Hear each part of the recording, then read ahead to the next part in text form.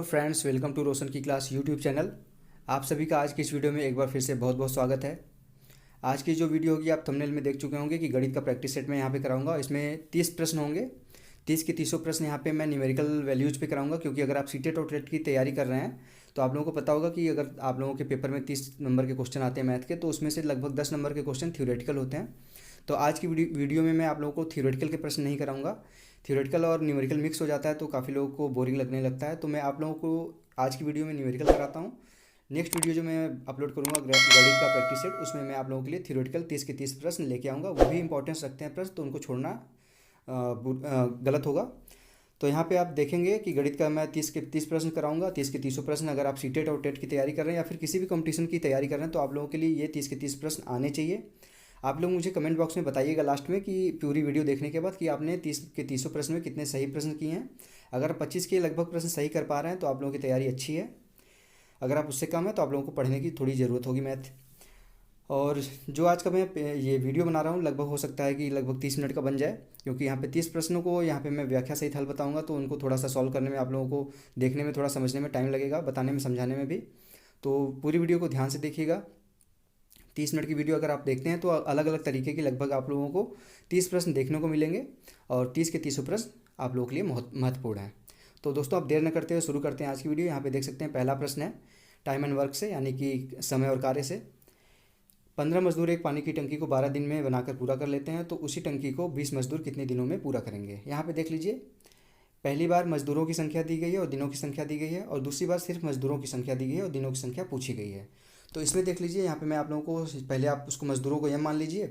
M1 15 मजदूर थे। D1 कितने दिन लगे थे, तो यहाँ पे D1 कर दीजिए डी को, तो 12 दिन लगे थे। तो इसका सूत्र होता है M1D1 इक्वल टू M2D2। इसमें अगर आप जो वैल्यूज हैं उनको रखेंगे तो M1 हो जाएगा 15 और D1 हो जाएगा 12। 15 गुणे 12 हो जाएगा। इधर आ जाएगा M2 की वैल्यू दी गई है 20 मजदूर थे, और वहाँ पे दिनों की संख्या पूछी गई थी, तो आप D2 इसको ऐसे ही लिख लीजिए। D2 बराबर आप करेंगे तो 15 गुणे 12 बटे 20 हो जाएगा। अगर इसको आप सॉल्व करेंगे तो D2 बराबर आ जाएगा 9 दिन। 9 दिनों में 20 मजदूर उसी टंकी को बना के तैयार कर देंगे। अब फिर चलते हैं अपने दूसरे क्वेश्चन की तरफ। यहाँ पे देख लीजिए, दूसरा क्वेश्चन है। मैं काफ़ी आप लोग वीडियो को रोक के भी रिपीट कर करके आप देख सकते हैं, अगर आप लोगों को एक बार में नहीं समझ में आता है तो। यहाँ पे देख लीजिए, दूसरा प्रश्न है। एक आयत की लंबाई 16 सेंटीमीटर तथा चौड़ाई 8 सेंटीमीटर है। यदि किसी वर्ग का क्षेत्रफल आयत के क्षेत्रफल से दोगुना हो तो वर्ग की भुजा बताइए। यहाँ पे वर्ग की भुजा बतानी है आपको। तो अगर आप लोगों से मेंसुरेशन का क्वेश्चन आता है तो मेंसुरेशन के क्वेश्चन को बहुत ध्यान से पढ़ने की जरूरत होती है। क्वेश्चन में कुछ ऐसा दिया होता है जिसको जो आपको प्रश्न करने में सहायता देता है। यहाँ पे देख लीजिए, दिया गया है किसी वर्ग का क्षेत्रफल आयत के क्षेत्रफल से दोगुना हो। तो पहले हम आयत का जो लंबाई है उसको लिखते हैं यल बराबर 16 सेंटीमीटर। अब उसकी चौड़ाई लिखते हैं बी से, बी बराबर 8 सेंटीमीटर हो जाएगा। अब प्रश्न में दिया गया, प्रश्नानुसार यहाँ पे देख सकते हैं वर्ग का जो क्षेत्रफल है वो 2 गुना है आयत के क्षेत्रफल से। तो वर्ग का क्षेत्रफल बराबर 2 गुणे आयत का क्षेत्रफल कर लीजिए। अब वर्ग का क्षेत्रफल का सूत्र होता है भुजा स्क्वायर, और आयत का यहाँ पे देख लीजिए, आयत का क्षेत्रफल यहाँ पे देख लीजिए 2 गुणे आयत का क्षेत्रफल होता है लंबाई गुणे चौड़ाई। यहाँ पे 2 गुणे लंबाई गुणे चौड़ाई दिया है। यहाँ पे लंबाई 16 सेंटीमीटर दिया है, चौड़ाई 8 सेंटीमीटर दिया है, तो 2 गुणे 16 गुणे 8 हो जाएगा। तो यहाँ पे देख लीजिए, भुजा स्क्वायर बराबर हो जाएगा 256।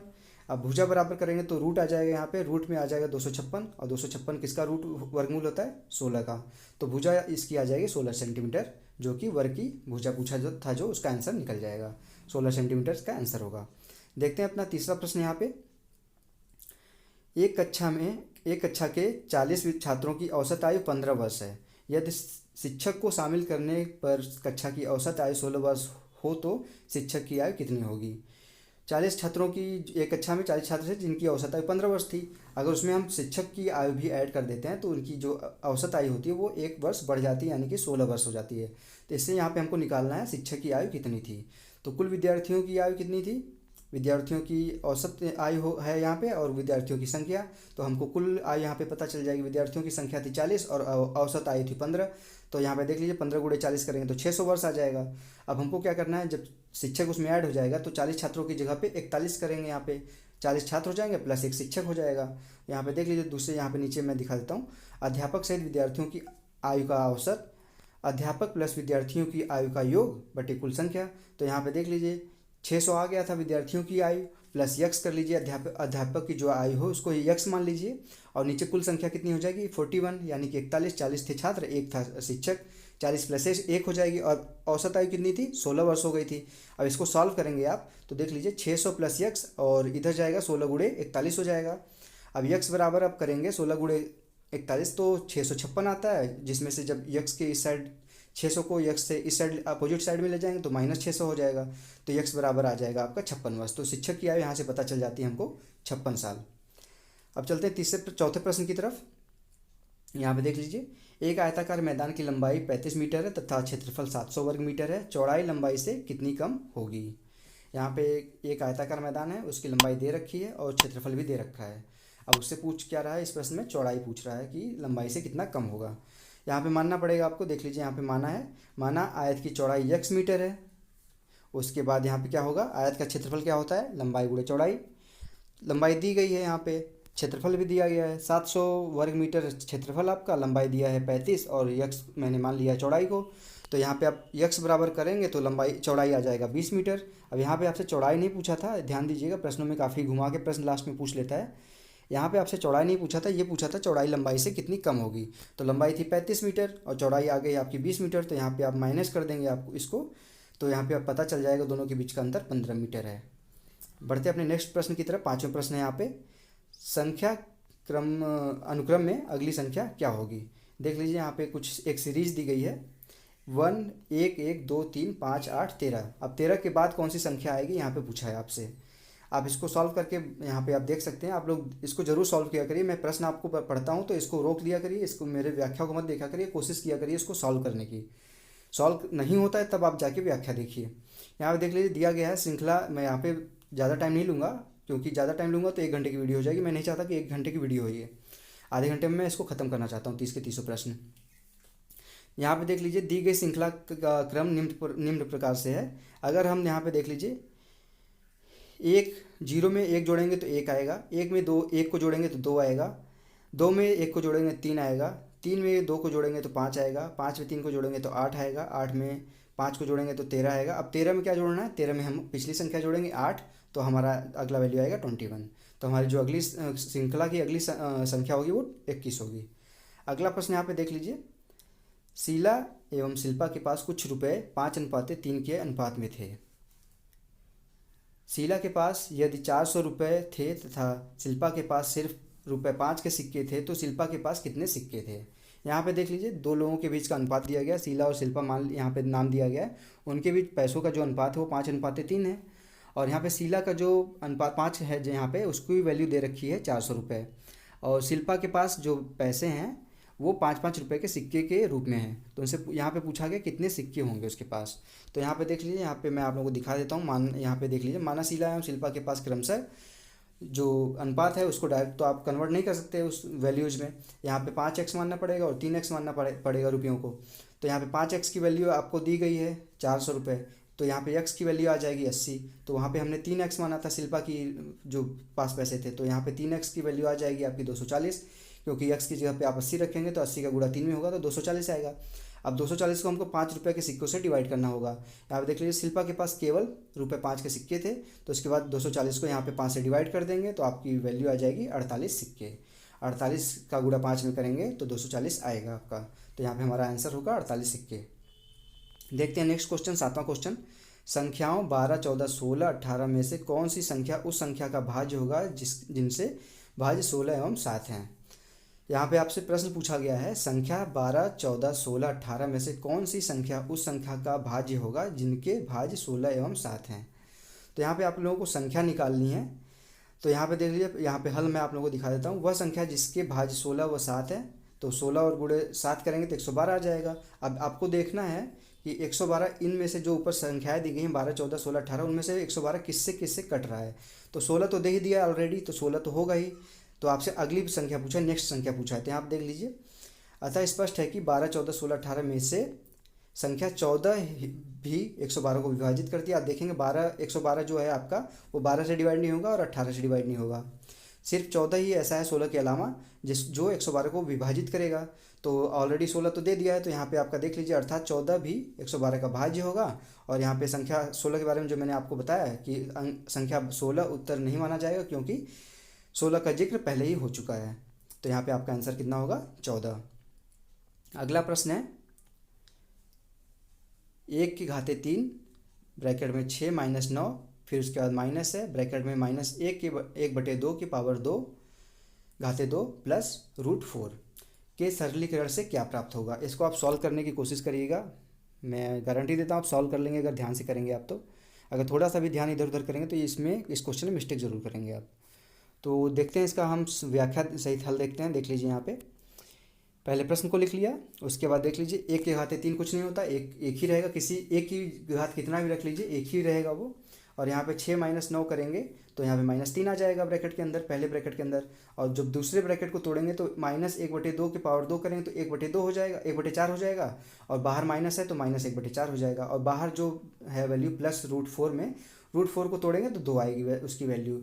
अब नीचे देख लीजिए -1 का -3 में मल्टीप्लाई हुआ तो -3 आएगा, -1/4 है, 1/4 है, प्लस 2 है। अब इसका हम यहाँ पे देख लीजिए इस तरह से मल्टीप्लाई करके यहाँ पे कर लेंगे। -3 को 2 से अब माइनस करेंगे तो -1 आएगा, -1/4 है, तो यहाँ पे अगर आप इसका एलसीएम लेके करेंगे तो -5 यानी कि -5/4 इसकी वैल्यू आएगी। इसको आप एक बार ज़रूर सॉल्व करके यहाँ पे देखिएगा घर पे। बढ़ते हैं अपने नेक्स्ट क्वेश्चन की तरफ। देख लीजिए अगला प्रश्न है, एक आदमी ने 800 रुपये 10% वार्षिक दर से साधारण ब्याज पर उधार लिए तथा वही धनराशि दूसरे व्यक्ति को चक्रवृद्धि ब्याज पर की दर से उधार दे दिया। 2 वर्ष पश्चात उसके द्वारा प्राप्त धन लाभ कितना होगा। जैसे एक आदमी है, अपने आप को ही मान लीजिए, किसी व्यक्ति से आप उधार लेते हैं 800 रुपये, दर जो होगी रेट जिसको इंटरेस्ट कहते हैं वो 10% है। और ये रेट आप उसको देंगे साधारण ब्याज के तरीके से।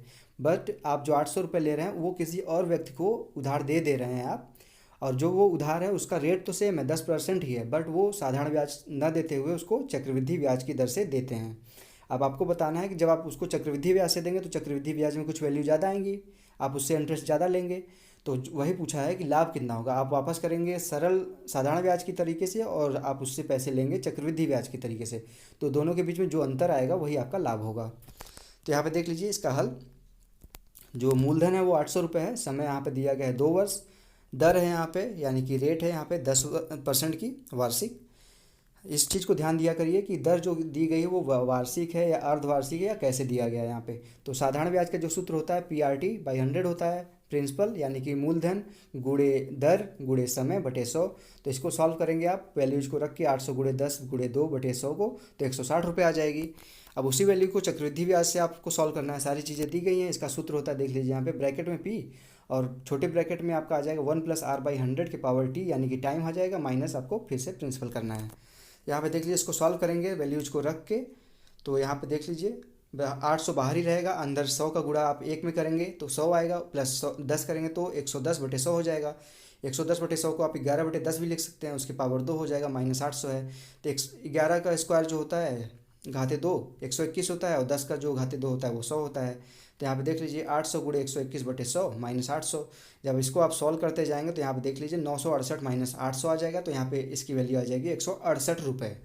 अब आपको चक्रवृद्धि ब्याज से 168 रुपये प्राप्त हैं और साधारण ब्याज से 160 रुपये प्राप्त हैं। अब इन दोनों का अंतर निकाल दीजिए, आपको जो धन लाभ होगा वो 8 रुपये का धन लाभ होगा 2 वर्ष में। देखते हैं नेक्स्ट क्वेश्चन अपना, एक खंभे का 1/3 भाग कीचड़ में, 2/5 भाग पानी में तथा 10 मीटर पानी के ऊपर है, खंभे की लंबाई ज्ञात करनी है। बहुत ही साधारण सा क्वेश्चन है, आप इसको अगर ध्यान से पढ़ेंगे तो इसको आप सॉल्व कर लेंगे, बट अगर आप ध्यान आपका थोड़ा बहुत इधर उधर होता है तो ज़रूर इस क्वेश्चन में गलत करेंगे आप। देखिए यहाँ पे खंभे का कीचड़ में भाग 1/3 था, खंभे का पानी में भाग 2/5 दिया है, और खंभे का जो पानी के बाहर ऊपर का भाग है वो 10 मीटर दिया गया है। तो अब यहाँ पे क्या कुछ नहीं करना, दोनों को ऐड कर लेना है, उसके बाद जो 10 मीटर को उसको भी यहाँ पे उसका अनुपात हटा देंगे। देख लीजिए यहाँ पे खंभे का कीचड़ प्लस पानी में भाग 1/3 प्लस 2/5 करेंगे। जब इसको आप एलसीएम लेके, इसका एलसीएम 15 आएगा, इसका एलसीएम लेके आप सॉल्व करेंगे तो 11/15 आ जाएगा। यहाँ पर देख लीजिए खंभे का शेष भाग है, 1 माइनस कर देंगे इतना तो खंभे का शेष भाग आ जाएगा। तो 1 - 11/1 एक ऋण 11/15 करेंगे यहाँ पे, तो यहाँ पे आ जाएगा देखिए आपका 4/15, जो कि 10 मीटर के बराबर है, जो बाहर था पानी के। पानी के ऊपर था। अब मैं आप लोगों को एक यहाँ पे ट्रिक बताता हूँ कि पूरे खंभे का जो यहाँ पे 15 दिया गया वो पूरे खंभे की लंबाई दी गई है, ठीक। और ऊपर जो 4 है वो बाहर का हिस्सा है, क्योंकि जो ऊपर का हिस्सा रहता है वही रिजल्ट होता है, नीचे का तो जैसे आप नंबर पाते हैं, अगर 60 नंबर पाते हैं 100 में से, तो आपका 60 नंबर ऊपर आता है और 100 नंबर नीचे रहता है। तो पूर्णांक आपका 100 नंबर है और प्राप्तांक आपका 60 नंबर है। उसी हिसाब से यहाँ पे पूर्णांक आपका यानी कि पूरे खंभे की लंबाई 15 हो जाएगी और प्राप्तांक आपका 4 है। 4 की वैल्यू यहाँ पे है 10। तो अगर 4 की वैल्यू 10 है तो 15 की वैल्यू निकालनी है, डायरेक्ट निकाल सकते हैं आप। 4 की वैल्यू 10 है तो 1 की वैल्यू 2.5 होगी, 1 की वैल्यू 2.5 होगी तो 15 की वैल्यू 37.5 आएगी। यहाँ पे देख लीजिए, या तो फिर आप सरल तरीके से यहाँ कर सकते हैं, यहाँ 4 पानी के ऊपर का हिस्सा है, 4 बराबर 10 होगा और 15 पूरे खंभे की लंबाई है, तो 1 की वैल्यू आ जाएगी 2.5, तो 15 की आ जाएगी 37.5 मीटर। अब चलते हैं नेक्स्ट क्वेश्चन की तरफ। 24 सेंटीमीटर आधार वाले समकोण त्रिभुज का परिमाप 60 सेंटीमीटर, त्रिभुज की शेष दो भुजाएं क्या होंगी। यहाँ पे 24 सेंटीमीटर किसी समकोण त्रिभुज का आधार दे दिया गया है और उसका परिमाप दे दिया गया है 60 सेंटीमीटर। परिमाप क्या होता है, जब आप एक छोर से पूरे रास्ता कवर करते हुए उसी छोर पर वापस आते हैं तो उसको परिमाप कहते हैं। तो त्रिभुज की दो भुजाएं, त्रिभुज में 3 भुजाएं होती हैं, एक आधार आपको दे दिया है, 2 भुजाओं का आपको वैल्यू निकालना है। यहाँ पे देख लीजिए, यहाँ पे माना समकोण त्रिभुज के कर्ण और लंब की लंबाइयाँ क्रमशः बी और सी हैं। पाइथागोरस प्रमेय सबको पता होगा। यहाँ पे देख लीजिए, लंब स्क्वायर प्लस आधार स्क्वायर बराबर होता है कर्ण स्क्वायर। जब यहाँ पे क्या दिया है आपको, आधार दिया है 24 सेंटीमीटर प्रश्नानुसार, तो लंब यहाँ पे सी है और कर्ण बी है, तो यहाँ पे सी स्क्वायर प्लस 24 स्क्वायर बराबर बी स्क्वायर हो जाएगा। बी स्क्वायर माइनस सी स्क्वायर करेंगे तो 24 स्क्वायर आ जाएगा आपका। अब बी स्क्वायर माइनस सी स्क्वायर क्या होता है, बी माइनस सी और बी प्लस सी। इसका सूत्र आपको पता होना चाहिए कि बी, जहाँ पे देख लीजिए बी स्क्वायर माइनस सी स्क्वायर अगर करेंगे, ए स्क्वायर माइनस बी स्क्वायर कर लेंगे तो क्या होगा, ए माइनस बी और ए प्लस बी। इसी हिसाब से यहाँ पे बी स्क्वायर माइनस सी स्क्वायर करेंगे तो बी माइनस सी और बी प्लस सी आ जाएगा। और इन दोनों की वैल्यू आपकी 24 का स्क्वायर होता है 576, तो 24 का स्क्वायर यहाँ पे 576 आ जाएगा। इसको समीकरण 1 मान लीजिए। और परिमाप देख लीजिए, यहाँ पे दिया गया त्रिभुज का परिमाप 60 सेंटीमीटर। तो त्रिभुज का यहाँ पे बी प्लस तीनों, मैंने बताया था तीनों भुजाओं को आप कवर करते हुए आएंगे, तो यहाँ पे तीनों भुजाएं कितनी गई थी, कितनी है, बी है, सी है और 24 है। आपका बेस था 24, यानी कि जो आधार था वो 24 था, कर्ण आपका सी था और जो आपका लंब था वो बी था, तो तीनों को मिला के 60 सेंटीमीटर है। यहाँ पे बी प्लस सी की वैल्यू आ जाएगी 36 सेंटीमीटर। अब बी प्लस सी की वैल्यू दूसरे समीकरण की वैल्यू पहले समीकरण में रख दीजिए। तो यहाँ पे देख लीजिए, बी माइनस सी गुणे 36 बराबर आ जाएगा 576, बी माइनस सी आ जाएगा आपका 16। अब बी माइनस सी बराबर आपका 16 आ गया। अब पहले दूसरे समीकरण और तीसरे समीकरण को देख लीजिए, यहाँ पे सॉल्व कर लीजिए। अब दूसरे समीकरण और तीसरे समीकरण को अब ऐड करेंगे तो बी प्लस सी बराबर 36 है, बी माइनस सी बराबर 16 है। तो सी से सी कट जाएगा, माइनस प्लस से कट जाएगा और यहाँ पे बी और बी जुड़ जाएंगे, तो 2b बराबर आ जाएगा 52 और ए बी की वैल्यू आ जाएगी 26 सेंटीमीटर। जब बी की वैल्यू 26 सेंटीमीटर आ गई तो किसी भी समीकरण में रख दीजिए, सी की वैल्यू आपकी आ जाएगी 10 सेंटीमीटर। देख लीजिए, यहाँ पे लिखा गया त्रिभुज के शेष भुजाओं का जो लंबाई था वो 26 सेंटीमीटर था और 10 सेंटीमीटर था। 12वां प्रश्न यहाँ पे देखते हैं। यदि x और y दो पूर्णांक इस प्रकार हैं कि अंडर रूट में है एक्स वाई बराबर 10, तो x प्लस वाई का मान नहीं हो सकता। यहाँ पे देख लीजिए प्रश्न में दिया गया नहीं हो सकता, तो इस चीज़ को बहुत ध्यान से देखा करिए। और यहाँ पे देख लीजिए विकल्प दिया गया है, यहाँ पे a है 25, b है 29, c है 50 और d है 101। तो यहाँ पे आपको बताना है कि इसमें से वैल्यू जो है x प्लस वाई की कौन सी नहीं हो सकती। इसमें आपको देख लीजिए इस तरीके से, यहाँ पे रूट एक्स वाई बराबर 10 है तो एक्स वाई की वैल्यू आ जाएगी 100, दोनों तरफ स्क्वायर करेंगे तो 100 आ जाएगी। और गुणनफल 100 के लिए एक्स वाई के मान अलग अलग इस प्रकार से लिए जा सकते हैं। यहाँ पे देख लीजिए चार्ट बना दिया मैंने,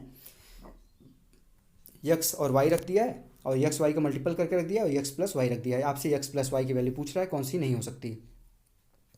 तो अगर एक्स की वैल्यू हम 2 रखते हैं, वाई की वैल्यू 50 रखते हैं, तभी 100 आएगी मल्टीप्लाई होके, और दोनों को ऐड करेंगे तो 52 आएगा। एक्स की वैल्यू हम 4 रखते हैं, वाई की वैल्यू हम 25 रखते हैं, तो 25 चौका 100 हो जाएगा और 25 4 29 हो जाएगा। अगर हम एक्स की वैल्यू 5 रखते हैं और वाई की वैल्यू 20 रखते हैं तो 20 पंजे 100 हो जाएगा और दोनों को ऐड करेंगे तो 25 आ जाएगा। और अगर एक्स की वैल्यू 1 रखते हैं और वाई की वैल्यू 100 रखते हैं तो दोनों का मल्टीप्लाई जो गुणनफल होगा वो 100 होगा और दोनों का योग होगा 101 होगा। तो यहाँ पे इसके अलावा जितने भी ऑप्शन यहाँ पे बनेंगे आप देख लीजिएगा, आप y की जगह पे x की वैल्यू रख दीजिएगा या x की जगह y की वैल्यू रख देंगे तो यही 4 ऑप्शन आपके बनेंगे, क्योंकि जो मल्टीप्लाई होके आएंगे वो इतने ही आएंगे और जो ऐड होके आएगा वो भी इतना ही आएगा, चाहे आप इसको x की वैल्यू y में रखिए या y की वैल्यू x में रखिए। तो यहाँ पे आप देख लीजिए ऑप्शन में कौन कौन सी वैल्यू दी गई, 25 दिया गया, 29 दिया गया और 101 भी दिया गया है। तो यहाँ पे देख लीजिए 25 भी आया, 29 भी आया और 101 भी आया, बट यहाँ पे देख लीजिए 50 दिया गया, 50 नहीं है इसमें कोई, 52 है। तो आपका जो आंसर हो जाएगा वो आ जाएगा 50। यहाँ पे देख लीजिए श्रृंखला 5, 7, 11, 19, 36, 67, 131 में गलत संख्या क्या है। यहाँ पे रॉन्ग नंबर सीरीज दिया गया है, एक श्रृंखला दी गई है, उसमें से आपको गलत श्रृंखला में जो ये जहाँ यहाँ पे जो वैल्यू गलत है उसको आपको बताना है कौन सी वैल्यू गलत है। आप इसको करिए ध्यान से 2 मिनट रोक के, उसके बाद फिर से आप नीचे वीडियो को प्ले कर लीजिएगा। यहाँ पे देख लीजिए दी गई श्रृंखला में पदों की व्यवस्था इस प्रकार है। यहाँ पे मैंने आप लोगों को दिखा दिया किस तरीके से हो रहा है, ये श्रृंखला आगे बढ़ रही है। 5 में 2 ऐड करेंगे तो 7 आएगा, 7 में 4 ऐड करेंगे तो 11 आएगा, 11 में 8 ऐड करेंगे तो 19 आएगा, 19 में 16 ऐड करेंगे तो 36 आएगा, 19 में 16 ऐड करेंगे तो 35 आएगा, ना कि 36 आएगा। यहाँ पे श्रृंखला में आपके 36 दिया गया है, तो यहाँ पे आपको पता चल गया। देख लीजिए पहले 2 है, फिर 4 है, फिर 8 है, फिर 16 है, फिर 32 है, फिर 64 है। आगे भी देख लीजिएगा जो आप यहाँ पे श्रृंखला का जो यहाँ पे निकाल रहे हैं 2, 4, 6, 8, 16, वो आगे भी फॉलो कर रहा है कि नहीं फॉलो कर रहा है। अगर आगे फॉलो नहीं कर रहा है तो आप कुछ गलती कर रहे हैं, दूसरे तरीके की कोई श्रृंखला है, तो आगे की वैल्यू जरूर देखा करिए। यहाँ पे देख लीजिए अगर आगे 16 की जगह 32 ऐड करें हम 35 में तो 67 आना चाहिए, तो आ रहा है। 67 में हम 64 ऐड करेंगे तो 131 आना चाहिए, तो आ रहा है। इससे हमको पता चल रहा है यहाँ पे कि 36 गलत वैल्यू है, वहाँ पे हमको 35 रखना है। तो ऑप्शन में अगर आपको वहाँ पे 36 लिखा है तो 36 को आप गलत करिएगा। अगला प्रश्न यहाँ पे 30 मिनट में घंटे की सुई द्वारा बनाया गया कोण होगा। अब यहाँ पे घड़ी के बारे में क्वेश्चन आ गया, लगभग आरआरबी का एग्जाम हो, रेलवे का या फिर सीटेट टेट का, उसमें जरूर एक प्रश्न इस घड़ी से पूछता है। यहाँ पे 30 मिनट में घड़ी की जो घंटे वाली सुई होती है वो कितने अंश का कोण बनाती है। तो देख लीजिए घंटे की सुई 12 घंटे में 360 डिग्री घूमती है, क्योंकि पूरा एक चक्कर लगाने में 360 डिग्री हो जाएगा। तो अगर 12 को अगर हम एक में डिवाइड कर देंगे तो 360 को भी 12 से डिवाइड करना पड़ेगा। तो यहाँ देख लीजिए घंटे की सुई 1 घंटे में घूमेगी, कितना घूमेगी, 360/12 करेंगे तो 30 डिग्री घूमेगी। यहाँ पे देख लीजिए तो आधे घंटे में पूछा गया, 1 घंटे में आपका 30 डिग्री घूम रही है, तो 30 मिनट मतलब आधा घंटा, तो आधे घंटे में कितना घूमेगी, 15 डिग्री। 30 को 2 से डिवाइड कर देंगे, आपका आंसर आ जाएगा। अगला प्रश्न है हमारा, यहाँ पे देख लीजिए 272 के घाते 2 माइनस 128 के घाते 2 का वर्गमूल क्या होगा। आप लोग ऐसे अगर एग्जाम में ये क्वेश्चन देख लेते हैं तो पक्का मैं बता रहा हूँ आप टाइम बर्बाद करने की कोशिश नहीं करेंगे, छोड़ देंगे इसको। बट मैं आप लोगों को दिखा देता हूँ कितना सरल क्वेश्चन होता है ये। यहाँ पे देख लीजिए 272 स्क्वायर है माइनस 128 का पावर 2 है। इसको पहले देख लीजिए, इसको रूट में कर दीजिए, ठीक है। हल यहाँ पे देख लीजिए 272 स्क्वायर माइनस 128 का स्क्वायर का वर्गमूल पूछा है, इसलिए इसको हम वर्गमूल में रख देंगे। अब यहाँ पे देख लीजिए चूंकि होता है ए स्क्वायर माइनस बी स्क्वायर, मैंने बता दिया पहले ही, ए स्क्वायर माइनस बी स्क्वायर होता है क्या, ए प्लस बी, ए माइनस बी। यहाँ पे वही देख लीजिए ऊपर वर्गमूल में जो लिखा गया है उसको पहले को 272 को ए मान लीजिए, 128 को बी मान लीजिए, तो आपकी देख लेंगे तो वही वैल्यू वहाँ पे लिखी गई है, तो इसका फार्मूला यहाँ पे लिख देंगे 272 प्लस 128, और दूसरे वाले उसमें हो जाएगा 272 माइनस 128। तो यहाँ पे दोनों को अगर सॉल्व करेंगे आप तो पहले वाले में 400 आएगा, दूसरे वाले में 144 आएगा। अब इसका वर्गमूल कितना होता है, 400 का वर्गमूल होता है 20 और 144 का वर्गमूल होता है 12। तो दोनों को बाहर निकाल लीजिए, दोनों को गुणा करेंगे तो 240 आपका आंसर आ जाएगा। देखते हैं नेक्स्ट क्वेश्चन। एक घन का आयतन 9 सेंटीमीटर लंबे, 6 सेंटीमीटर चौड़े तथा 4 सेंटीमीटर ऊंचे घनाभ के आयतन के बराबर है। घन की भुजा की लंबाई होगी। तो क्वेश्चन को मैंने बताया था कि जितने मेंसुरेशन क्वेश्चन होंगे उसको जरूर पढ़ा करिए दूसरी बार भी ध्यान से। यहाँ पे देख लीजिए लिखा गया एक घन का आयतन है, आयतन दिया गया घन का 9 सेंटीमीटर, 6 सेंटीमीटर और 4 सेंटीमीटर लंबाई, चौड़ाई और ऊंचाई दी गई है। अब आयतन यहाँ पे जो एक घनाभ, उसके बाद एक घनाभ के आयतन के बराबर है, जो घन का आयतन है वो घनाभ के आयतन के बराबर है। अब क्या निकालना है आपको, घन की भुजा की लंबाई होगी। यहाँ पे देख लीजिए, यहाँ पे घन का आयतन नहीं दिया गया है, 9 सेंटीमीटर, 6 सेंटीमीटर तथा 4 सेंटीमीटर घनाभ दिया गया है। घनाभ का आयतन जो है वो बराबर होगा घन के आयतन के। तो घन की यहाँ पे भुजा की लंबाई क्या होगी ये पूछा है। पहले मैं आप लोगों को दिखा देता हूँ घन क्या होता है, घनाभ क्या होता है। घन देख लीजिए जिसको इंग्लिश में कहते हैं क्यूब, और घनाभ को क्यूबॉइड कहते हैं। दोनों जो फिगर है उसमें देखेंगे आप कि 8 फेस होते हैं। देख लीजिए एक ये है, सामने जो दिख रहा है 8 नहीं कह रहा मैं, गलत कह रहा हूँ, 6 फेस होते हैं इसमें, और 8 कॉर्नर होते हैं इसमें। तो यहाँ पे आप देख सकते हैं, आप जो घन होता है उसकी सभी भुजाएं बराबर होती हैं, और जो घनाभ होता है उसकी सभी भुजाएं, कोई भी भुजा बराबर नहीं हो सकती। इतना इसमें आप दोनों में अंतर होता है, और दोनों में फेसेस सेम होते हैं, कॉर्नर सेम होते हैं। ये कंफर्म है कि दोनों में आप जो मैं बता दूँ, 6 फेस होते हैं घन में भी, 6 फेस होते हैं घनाभ में भी, 8 कॉर्नर होते हैं घन में भी, 8 कॉर्नर होते हैं घनाभ में भी। देखते हैं इसका कैसे सॉल्व किया गया है। यहाँ पे देख लीजिए, माना घन की भुजा है यहाँ पे a सेंटीमीटर, मानना पड़ेगा आपको, घन की भुजा पूछा है। यहाँ पे मान लीजिए घनाभ की लंबाई दी गई है 9 सेंटीमीटर, चौड़ाई दी गई है 6 सेंटीमीटर और ऊंचाई दी गई है 4 सेंटीमीटर। तो प्रश्नानुसार यहाँ पे देख लीजिए दिया गया है घन का आयतन बराबर है, यहाँ पे दिया गया है घनाभ का आयतन। अब यहाँ पे घनाभ का आयतन हम निकाल सकते हैं। घनाभ का आयतन का फार्मूला होता है लंबाई गुणे चौड़ाई गुणे ऊंचाई, और घन का आयतन का फार्मूला होता है a³ क्योंकि सभी भुजाएं बराबर होती हैं तो तीनों भुजाओं का बराबर अगर आप मल्टीप्लाई करेंगे तो a³ हो जाएगा। और इधर होता है लंबाई गुणे चौड़ाई गुणे ऊंचाई, तो तीनों का मल्टीप्लाई कर दीजिए, a³ बराबर आपका आ जाएगा 216। अब 216 किसका, a³ करेंगे आप इसका, तो यहाँ पे देख लीजिए 216 का a की वैल्यू आ जाएगी 6 सेंटीमीटर का आंसर हो जाएगा। जो आपका जो घन के की भुजा एक होगी वो 6 सेंटीमीटर की होगी। नेक्स्ट क्वेश्चन देखते हैं, यक्स के किस मान के लिए AOB एक सरल रेखा हो जाएगी। एक त्रिभुज दिया गया है यहाँ पे, देख लीजिए त्रिभुज कह रहा हूँ, एक यहाँ पे कोण बनाया गया है। यहाँ पे पूछा गया है, यहाँ पे देख लीजिए दो कोण दिए गए हैं, 2x - 50 डिग्री और 2x + 30 डिग्री। अब पूछ रहा है यहाँ पे AOB दिख रहा है जो आपको नीचे वाली रेखा, वो B को मिलाते हुए सीधी रेखा यानी कि सरल रेखा किस यक्स की किस वैल्यू के लिए बनाएगी। ऐसे क्वेश्चन में आपको विकल्प की सहायता पड़ती है। यहाँ पे देख लीजिए विकल्प दे दिया है मैंने, A है 30 डिग्री, B है 45 डिग्री, C है 40 डिग्री और D है 50 डिग्री। तो यहाँ पे आपको एक एक वैल्यू पुट करके आप देख सकते हैं, काफ़ी तेज़ी से अगर पुट करेंगे तो आपको पता चल जाएगा। सीधी रेखा होगी तो 180 डिग्री आएगा। अब आपको ऐसी वैल्यू पुट करनी है जो 180 को इसमें संतुष्ट कर सके। यहाँ पे देख लीजिए सरल रेखा के लिए AOB का यहाँ पे मैंने जो बताया 180 डिग्री होना चाहिए, परंतु AOB यहाँ पे इसको देख लीजिए 2x + 30 डिग्री दिया गया था प्लस 2x - 50 डिग्री दिया गया था। दोनों को ऐड करेंगे तभी वहाँ पे पूरी टोटल डिग्री निकलेगी। यहाँ पे इसको सॉल्व करेंगे आप, 2x + 30 degree plus 2x - 50 degree को 180 डिग्री के बराबर करेंगे तो यहाँ पे देख लीजिए 4x हो जाएगा, 2x से 2x ऐड हो जाएगा और 30 से जो 50 है उसमें से 30 माइनस हो जाएगा तो -20 आ जाएगा। 4x - 20 बराबर 180, 4x बराबर 200 डिग्री और x बराबर आ जाएगा 50 डिग्री। तो आपका आंसर होगा डी ऑप्शन 50 डिग्री। अगला प्रश्न है यहाँ पे सिंप्लीफिकेशन यानी कि सरलीकरण का प्रश्न है। आप सरलीकरण का प्रश्न भी लगभग सभी एग्जाम्स में आता है तो इसको भी देख लीजिए। मुझे लगा कि काफ़ी अच्छा प्रश्न है तो मैं आप लोगों के लिए लेके आया हूँ। सरल है बट इसको ध्यान से करने की ज़रूरत होती है। 2 गुणे ब्रैकेट बड़े ब्रैकेट में 3 + 2 है, गुणे है मझले ब्रैकेट में 3 माइनस छोटे ब्रैकेट में 6/2। अब उसके सभी के बाहर है +7 का मान ज्ञात करना है। यहाँ पे देख लीजिए स्टेप बाई बॉडमास रूल लगा दीजिए। बॉडमास सभी को पता होगा, ब्रैकेट सबसे पहले तोड़ते हैं तो यहाँ पे छोटा ब्रैकेट सबसे पहले तोड़ते हैं तो 6/3 करें, 6/2 करेंगे तो 3 आ जाएगा। अब उसको 3 में से 3 माइनस करेंगे तो 0 आ जाएगा, 0 का मल्टीप्लाई करेंगे 2 में तो 0 आ जाएगा। अब बचेगा क्या, ब्रैकेट के अंदर 3 + 7, 3 + 7 करेंगे तो 10 आएगा, 10 का गुणा करेंगे बाहर तो 20 आ जाएगा इसका आंसर।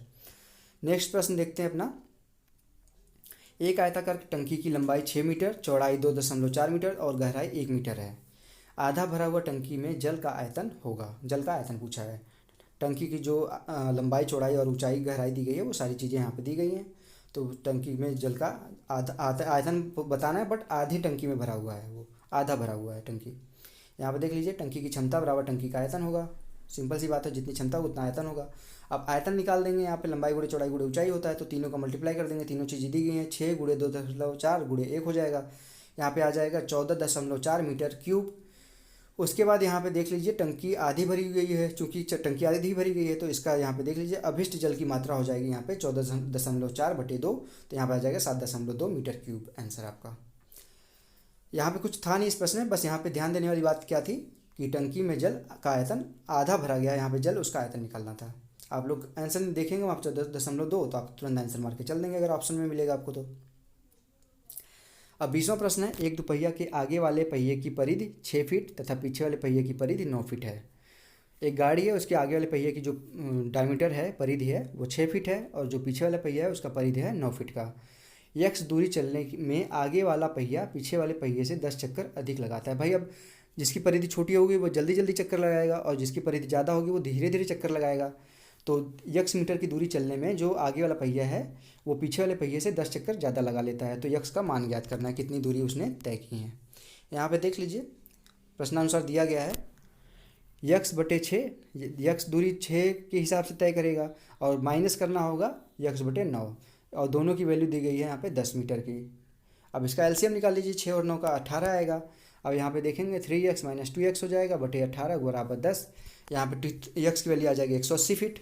इससे ये पता चलता है कि 180 फीट चलने में जो छोटे वाला पहिया है 6 फीट परिधि वाला वो 10 चक्कर ज़्यादा लगा लेगा। देखते हैं 21वां प्रश्न।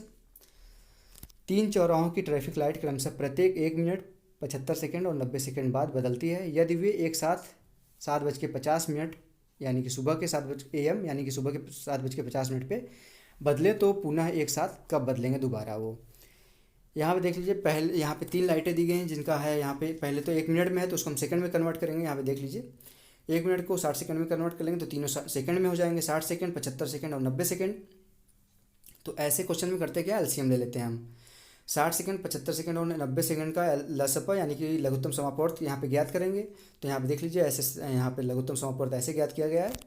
उसके बाद जब इनका मल्टीप्लाई करेंगे तो यहाँ पे वैल्यू आ जाएगी 900 सेकंड। 900 सेकंड को हम मिनट में अगर कन्वर्ट करेंगे तो 900 को हम 60 से डिवाइड कर देंगे मिनट में कन्वर्ट करने के लिए, तो हमारा आ जाएगा 15 मिनट। तो हमारी जो पहले घड़ी 7:50 पे बदली थी लाइटें, उसको 15 मिनट उसमें ऐड कर देंगे तो पुनः उसी टाइम पे बदलेंगी। 7:50 में 15 मिनट ऐड करेंगे तो हमारा आ जाएगा वैल्यू 8:05 सुबह के। 22वां प्रश्न है, ₹12.60 के 2/3 भाग का ₹21 के 0.6 भाग के सापेक्ष अनुपात होगा। ये अभी लास्ट जो टेट का एग्ज़ाम हुआ था 2019 का जनवरी फरवरी में, उसमें ये क्वेश्चन है। तो इसको ध्यान से देखिएगा, मैं ऑलरेडी एक बार बता चुका हूँ इस क्वेश्चन को एक पिछली वीडियो में। 12.60 पैसे है, उसका 2/3 हिस्सा कितना होगा, आप इसको सॉल्व करिएगा। देखिएगा यहाँ पे आ जाएगा 8 रुपये 40 पैसे। और 21 का 0.6% भाग होता है, यहाँ पे सॉल्व करेंगे 21 में 0.6 का गुणा कर देंगे तो आपका आ जाएगा 12 रुपये 60 पैसे। अब इनके देख लीजिए अनुपात पूछा है, तो यहाँ पे आपको दिख रहा होगा 8.4 जो है वो 4.2 का 2 हिस्सा है और 12.6 है वो 4.2 का 3 हिस्सा है। तो इसको आप डिवाइड कर देंगे यहाँ पे 8.4 बटे 12.6 को, तो 2/3 आ जाएगा यहाँ पे अनुपात इनका। 23वां प्रश्न है, 6 घंटे में सेकंडों की संख्या कितने दिनों में मिनटों की संख्या के बराबर होगी। इस टाइप के क्वेश्चन बहुत ध्यान से समझने वाली बात होती है, क्योंकि ये प्रश्न ऐसे होते हैं कि समझ ही नहीं आते एक बार पढ़ने में कि ये प्रश्न कह क्या रहा है, और ऐसे प्रश्न ही आपका टाइम बर्बाद करते हैं एग्जाम में। यहाँ पे दिया गया 6 घंटों में सेकंडों की संख्या, यहाँ पे 6 घंटों में पहले सेकंडों की संख्या निकालनी होगी आपको, कितने दिनों में मिनटों की संख्या के बराबर होगी। तो 6 घंटे में जितने सेकंड आएंगे वो पूछ रहा है मिनटों की संख्या कितने दिनों में उसके बराबर होगी। तो यहाँ पे देख लीजिए 6 घंटे में सेकंडों की संख्या पहले आपको निकालनी है। 6 घंटे को अगर सेकंड में बदलेंगे तो 6 × 60 करेंगे तो 21,600 सेकंड आ जाएगा आपका। अब एक दिन में मिनटों की संख्या कितनी होती है, 1 घंटे में 60 मिनट होते हैं, 24 घंटे में आपका आ जाएगा 1440। अब 1440 को कितने दिन में कन्वर्ट करेंगे कि 21,600 आएगा सेकंड। यहाँ पे देख लीजिए 15 का अगर गुणा करेंगे आप 1440 में तो यहाँ पे देख लीजिए 21,600 मिनट आ जाएंगे आपके। तो ध्यान दिया करिए इसमें कैसे करना होता है स्टेप वाइज। आपको कुछ क्वेश्चन में तो वैल्यूज को रख के चेक करना ही होगा, क्योंकि आप डायरेक्ट वैल्यू कोई भी ऐसे नहीं पुट कर सकते। जैसे यहाँ पे मैंने 15 पुट कर दिया, क्योंकि मैंने इतना प्रैक्टिस किया हुआ है कि मुझे पता है कि कौन सी वैल्यू पुट करने में किसके नज़दीक जाएगी। देख सकते हैं यहाँ पे 1440 था, तो 1440 का 1.5 गुना क्या है आपका 21,600 है। तो 1.5 गुना करने के लिए हम किससे मल्टीप्लाई करते हैं, लगभग 1.5 से करते हैं। तो 1.5 का मतलब होता है यहाँ पे 1.5 दिन से तो करेंगे नहीं, 1.5 दिन से करेंगे तो आपका वैल्यू उतना आएगा नहीं, 2000 के लगभग आएगा, 2100 के लगभग आएगा। तो हमको 15 से पता चलता है इससे कि 15 से गुणा करने पर हमारा 21,600 मिनट आएगा। अब चलते हैं नेक्स्ट क्वेश्चन 24वें प्रश्न की तरफ। एक रेलगाड़ी एक स्टेशन से 6:14 AM यानी कि सुबह पर चलकर अपने गंतव्य स्थान पर 13 घंटे 48 मिनट के पश्चात पहुंच जाती है। गंतव्य स्थान पर पहुंचने का समय क्या होगा। बिल्कुल सरल क्वेश्चन था। मैंने सोचा कि वहाँ पे मैंने काफ़ी सेट यहाँ पे देखे हैं सीटेट और टेट का पिछले ईयर्स में, कि वहाँ पे 30 प्रश्न में से 2-3 प्रश्न ऐसे पूछते हैं जो एकदम सरल होते हैं, जो आपके टाइम बचाने के लिए दिए जाते हैं आपको। तो देख लीजिए इसमें कुछ करना नहीं, ऐड करना 6:14 में 13 घंटे 48 मिनट। तो ऐड कर ली, जो ऐड सही से कर लेगा उसका आंसर आ जाएगा। 6:14 में 13 घंटे 48 मिनट ऐड करेंगे तो 20:02 आएगा। अब 20:02 किसको कहते हैं आपको पता होना चाहिए। 8:02 शाम के, सुबह चली थी 13 घंटे ऐड करेंगे तो शाम हो जाएगा। 8:02 शाम के इसका आंसर होगा। अगला प्रश्न है 25वां। इस तरीके के क्वेश्चन भी आप लोगों को देखने को मिले होंगे अगर आप लोग तैयारी कर रहे हैं, और देखने को मिलेंगे फ्यूचर में भी आप लोगों को। -1 +2 -3 +4 -5 +6 -7 डैश डैश करके +1000 का मान क्या होगा। इसमें वैल्यू आप लोगों को निकालना है। ऐसे क्वेश्चन देखने में काफ़ी लोग कंफ्यूज हो जाते हैं और छोड़ देते हैं प्रश्न, लेकिन सबसे सरल प्रश्न जो ट्रिकी होते हैं प्रश्न वो सबसे सरल होते हैं, कब सबसे कम टाइम लेते हैं। तो यहाँ पे आप देखेंगे -1 है +2 है, तो अगर इन दोनों को ऐड करते हैं तो कितना आएगा, 1 आएगा। अब -3 +4 को ऐड करेंगे कितना आएगा, 1 आएगा। तो ऐसे कितने जोड़े बनेंगे 1000 में, यहाँ दिखा देता हूँ, मैं हल दिखा देता हूँ आपको जिससे आप लोगों को और अच्छे से समझ में आ सके। दो संख्याओं का जोड़ा बनाने पर, जैसे -1 +2 किए तो कितना आया, 1 आया। -3 +4 किए तो 1 आया। -5 +6 किए तो 1 आया। तो हमको पता चल रहा है कि दो वैल्यूज को ऐड करने पे 1 आ रहा है। तो हमको 1000 में ऐसी कितने जोड़े मिलेंगे, 500 जोड़े मिलेंगे। अब 500 जोड़ों को एक सभी पे 1 1 मिल रहा है, तो 500 जोड़ों को ऐड करने पे 500 इसका आंसर आ जाएगा। अगला प्रश्न है, किसी आयताकार बक्से की आंतरिक लंबाई चौड़ाई ऊंचाई क्रमशः 4 सेंटीमीटर, 3 सेंटीमीटर, 2 सेंटीमीटर है। 8664 सेंटीमीटर घनों का पैक करने के लिए, घनों को पैक करने के लिए ऐसे कितने बक्सों की आवश्यकता होगी। एक घन दिया गया, उसकी जो उसका आयतन है वो 8664 है, और एक हमारा जो आयताकार बक्सा है उसका जो लंबाई चौड़ाई ऊंचाई दिया गया है 4 सेंटीमीटर, 3 सेंटीमीटर, 2 सेंटीमीटर दिया गया। अब पूछ रहा है कि 8664 जो सेंटीमीटर के घन का पैकेट है उसको पैक करने के लिए ऐसे कितने बक्सों की, आयताकार बक्सों की जरूरत पड़ेगी। तो यहाँ पे देख लीजिए, पहले यहाँ पे बॉक्स का आयतन यहाँ पे लंबाई गुणे चौड़ाई गुणे ऊंचाई होता है, सभी को पता है। उसके बाद यहाँ पे देख लीजिए, लंबाई गुणे चौड़ाई गुणे ऊंचाई करेंगे, 4 गुणे 3 गुणे 2 तो आपका आ जाएगा 24। अब बक्सों की संख्या कैसे पता चलेगी, 8664 है इसका आयतन, उसको बटे कर देंगे 24 से, एक बक्से का आयतन, आपका बॉक्स का आयतन 24 आ गया। अब पूरे जो वहाँ पे घन का आयतन है वो 8664 दिया गया, तो संख्या कैसे पता चलेगी, जब उसको हम डिवाइड करेंगे अपने बॉक्स के आयतन से, 24 से डिवाइड करेंगे आपका आ जाएगा 361 बक्से चाहिए। 27वां क्वेश्चन देखिए, ये सबसे इंपॉर्टेंट प्रश्न मुझे लगता है कि होता है और कोई भी इसको करके नहीं आता एग्जाम में। तो देख लीजिए, यहाँ पे प्रश्न है, चीनी के भाव में 20% की कमी हो गई है। चीनी का भाव जितना भी रहा होगा उसमें 20% की कमी कर दी गई है। अब एक व्यक्ति 36 रुपये में 500 ग्राम यानी कि आधा किलो चीनी अधिक खरीद सकता है। 36 रुपये में खरीदता था पहले, अब बाद में वो जब 36 रुपये में खरीद रहा है चीनी, तो उसको जो भाव 20% कम हुआ है रेट, उसकी वजह से उसको आधा किलो चीनी ज़्यादा खरीदने की वहाँ पे खरीद सकता है वो। तो चीनी का जो प्रति किलो भाव क्या था पहले वाला, 20% कम होने से पहले, यहाँ पे देख लीजिए, सबसे पहले देख लीजिए चीनी के भाव में 20% की कमी आ गई है, जो कि 36 के ऊपर है, 36 रुपये के हिसाब से, क्योंकि 36 रुपये वो खर्च कर रहा है आदमी। अब यहाँ पे देख लीजिए परसेंटेज निकाल लीजिए, 36 परसेंटेज कैसे निकालेंगे, 20% कम हो रहा है, 36 गुणे 20/100 करेंगे परसेंटेज निकालने के लिए, तो 20/100 को 1/5 कर सकते हैं, 36/5 हो जाएगा, तो इसकी वैल्यू आ जाएगी 7.2। इसकी वजह से 7.2 की वजह से 500 ग्राम ज़्यादा चीनी वो खरीद सकता है। तो यहाँ पे क्या करेंगे, 7.2 रुपये में आधा किलो चीनी यहाँ पे अधिक चीनी खरीद सकता है। तो 1 केजी चीनी का मूल्य कितना हो जाएगा, 1 केजी के लिए 7.2 आधा किलो का है, तो 1 किलो के लिए हमको उसमें 2 का मल्टीप्लाई करना पड़ेगा, तो 14.4 हो जाएगा। बट 14.4 है वो अभी का दाम है चीनी का, पहले का दाम 20% ज़्यादा था, तो 20% ज़्यादा के लिए हमको क्या करना पड़ेगा, चीनी का पुराना भाव क्या होगा, 14.4 अभी का है, 20% ज़्यादा था, तो मतलब हमको वहाँ पे 80% की वैल्यू निकली है और 100% की वैल्यू निकालनी है, तो 100/80 कर देंगे। 100/80 को क्या कहते हैं, 5/4। 5/4 कर लीजिए, 5 का उसमें मल्टीप्लाई करेंगे, या फिर डायरेक्ट आप कर सकते हैं, 0 0 काट लीजिए यहाँ पे, और 0 को मल्टीप्लाई करेंगे 14.4 में तो 144 हो जाएगा, 144/8 हो जाएगा, 144/8 करेंगे तो 18 रुपये आ जाएगा पुराने चीनी का भाव। अब देखते हैं 28वां प्रश्न, 300 का कितनी संख्या 5 और 7 से एक साथ विभाज्य होंगी। 300 तक की संख्याएं दी गई हैं, उसमें से पूछ रहा है 5 और 7 जो है कि से एक साथ, 5 और 7 दोनों से एक साथ कितनी संख्या इसके बीच विभाजित होंगी। सबसे पहले हमको ऐसे प्रश्न में क्या करना होता है, लघुत्तम समापवर्त निकालना होता है। 5 और 7 का लघुत्तम समापवर्त 35 होगा।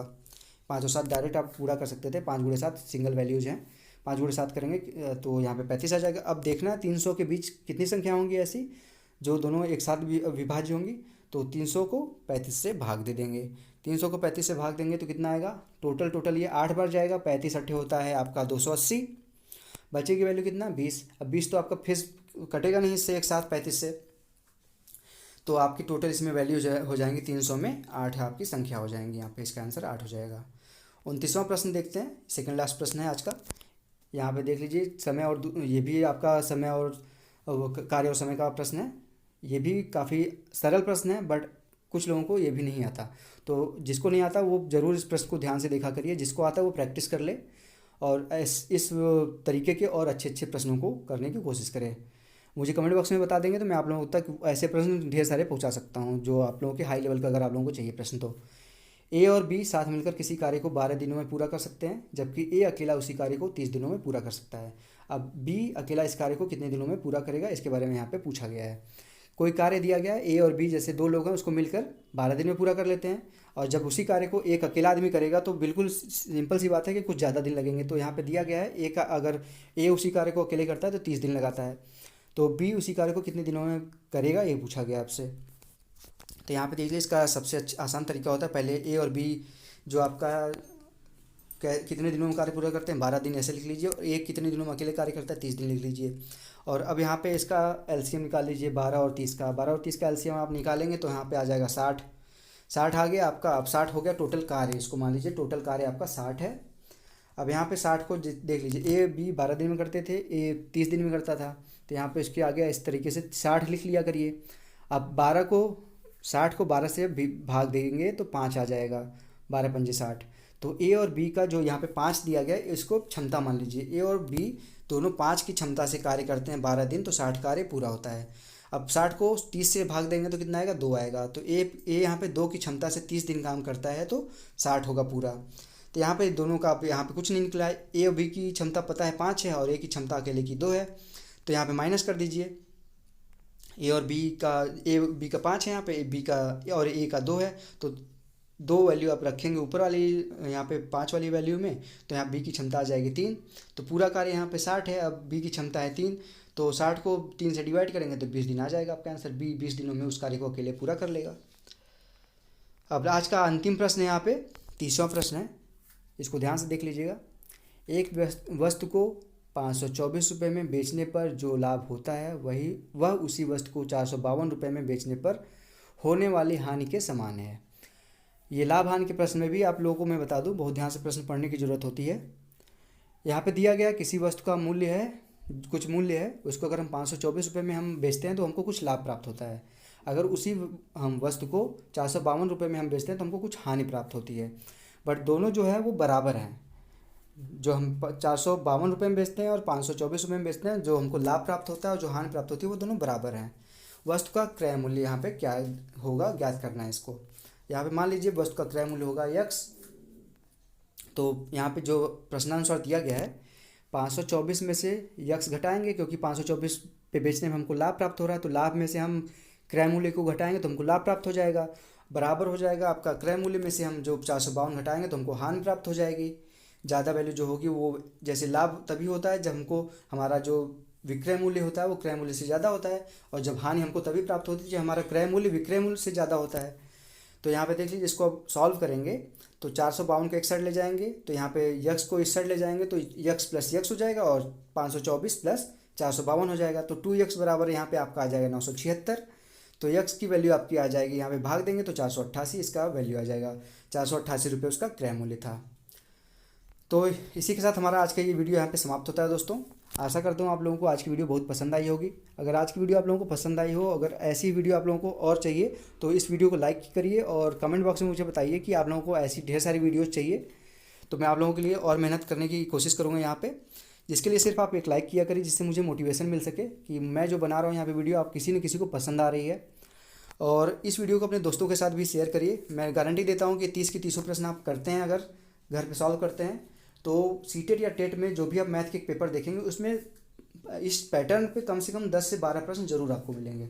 अब समझ सकते हैं आप 10 से 12 प्रश्न कितने इंपॉर्टेंस रखते हैं किसी भी पेपर के लिए। और आप लोग इस वीडियो को लाइक करने के साथ साथ इस वीडियो को शेयर करिए उनके साथ, अपने दोस्तों के साथ, और इस चैनल रोशन की क्लास को सब्सक्राइब कर लीजिए, जिससे मैं आप लोगों के लिए यहाँ पे जो भी हेल्पफुल वीडियो यहाँ पे अपलोड करता हूँ तो उसकी नोटिफिकेशन आपको मिलती रहे। तो दोस्तों मिलते हैं अपने नेक्स्ट वीडियो में, तब तक के लिए धन्यवाद।